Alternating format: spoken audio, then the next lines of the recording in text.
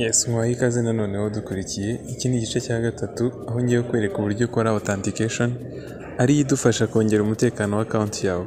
Nkwibutse yuko udakoze Authentication gucuruza wacuruza nta kibazo ariko nta mutekano uba ufite wuzuye. Niyo mpamvu ari ngombwa nayo kuyikora.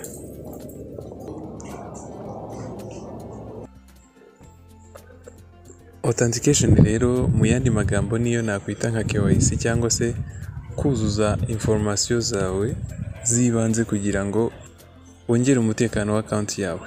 Uburyo ikorwamo rero uraza kunyura kuri tuno turongo dutatu turi hejuru,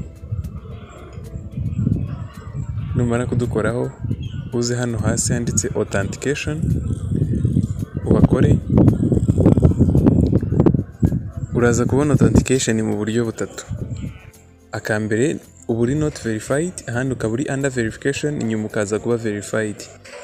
Icyo bagusaba cya mbere ni personal information, bakakubaza certified documents, wenda ushobora gukoresha ID, hanyuma bakakubaza personal photo, ariho ushyira ifoto ya dokima zawe, ugafata ifoto yawe ufite iyo dokima wakoresheje.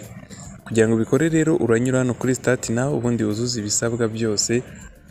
Barakubwira ngo clear and recognizable with adequate light, ugomba gufata ibintu bifite urumuri ruhagije kandi ikaba idafite background imeze nabi.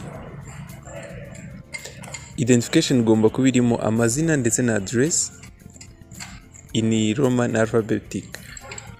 Ugakora confirm kugira ngo ukomeze wuzuze ibisabwa byose.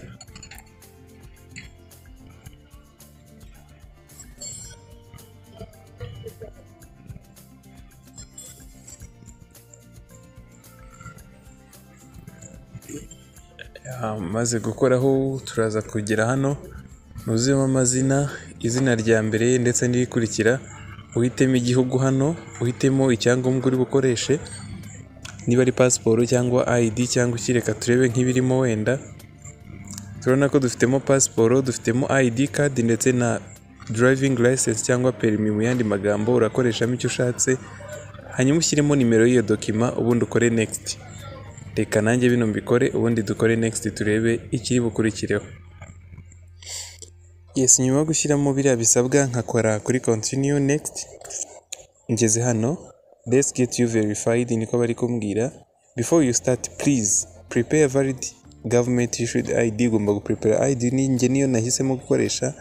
Make sure you are in well lit room. Ugomba kumakinga sure kureba neza kuri ahantu hari urumuri ruhagije. Prepare to take selfie and photos of your ID. Witegure gufata ifoto ya ID yawe, hanyuma ukore hano kuri let's go kugira ngo dukomeze. Reka nanjye mpakore mite nkomeza mfate izo foto. Nkikora kuri let's go haraza hano please have your ID ready, ubundi ukore hano kuri continue kugira ngo ufate izo foto za ID yawe.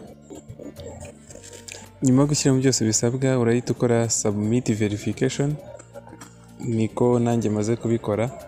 Uraza guhita ubona hano bihindutse, wari uri muri not verified, ubungubu birahita bijya muri under review. Nyuma niba verified uraza gusanga haje kano kari verified ariko kajemo. Uku niko ukora rero Authentication. Turabashimiye mwese twabanye naho ubutaha.